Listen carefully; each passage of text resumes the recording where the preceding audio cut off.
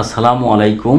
আমি ডক্টর মোহাম্মদ আব্দুল মজিদ, প্রধান বৈজ্ঞানিক কর্মকর্তা, বারটন দপ্তর, কৃষি মন্ত্রণালয়। আমার কাছে অনেকেই জানতে চেয়েছেন যে ডায়াবেটিসের রোগী আম খেতে পারবে কি না। হ্যাঁ, পাকা আম অবশ্যই খাইতে পারবে, তা পরিমিত পরিমাণে। গ্লাইসেমিক ইনডেক্স সাধারণত 55-র নিচে হলে আমরা নিম্ন ধরি, 55 থেকে 69 পর্যন্ত মধ্যম এবং 70-এর উপর হলে উচ্চ ধরা হয়।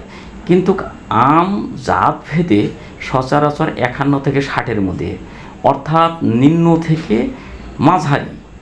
আমরা যখন রুটি খাচ্ছি তখন 60 থেকে 70-এর মধ্যে, আবার ভাত খাচ্ছি তখন 70 থেকে 80-র মতো গ্লাইসেমিক ইনডেক্স থাকতেছে।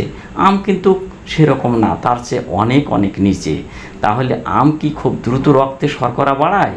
অবশ্যই না, কারণ শুধু গ্লাইসেমিক ইনডেক্স দেখলে পুরো চিত্র বোঝা যায় না। ইহা নির্ভর করে গ্লাইসেমিক লোডের উপর।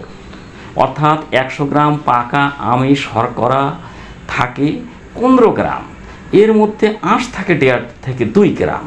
ফলে 100 গ্রাম আমে গ্লাইসেমিক লোড হয় 8 থেকে 9, যা নিম্ন গ্লাইসেমিক ইনডেক্স হিসাবে পরিগণিত হয়। তাই নিঃসন্দেহে ডায়াবেটিসের রোগী পরিমিত পরিমাণে আম খাইতে পারবে। আঁশ কীভাবে প্রভাব ফেলে দেখেন।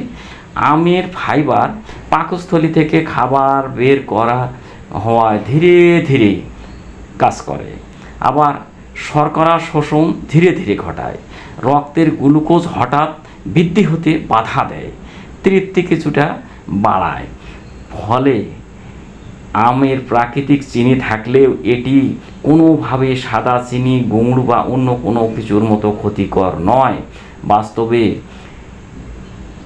100 থেকে 150 গ্রাম পাকা আম সাধারণত শরীরে মাঝারি বা তুলনামূলকভাবে নিম্ন গ্লাইসেমিক ইনডেক্স প্রভাব সৃষ্টি করে। অর্থাৎ এটি সাদা চিনি বা মিষ্টি থেকে যেমন শর্করা বাড়ায়, তেমন কিছু ভয়ে কিছু নাই। এইটি ডাল বা শাক সবজির মতো যে ধীরে ধীরে শর্করা রিলিজ করে। তবে আমি বৈজ্ঞানিক হিসাবে বলবো যে একজন ডায়াবেটিস রোগী কখনোই বেশি পরিমাণে আম খাওয়ার সুযোগ নেই। আপনি যতটুকু ভাত বা রুটি খাচ্ছেন তার তুলনায় কোনোভাবেই বেশি খাবেন না।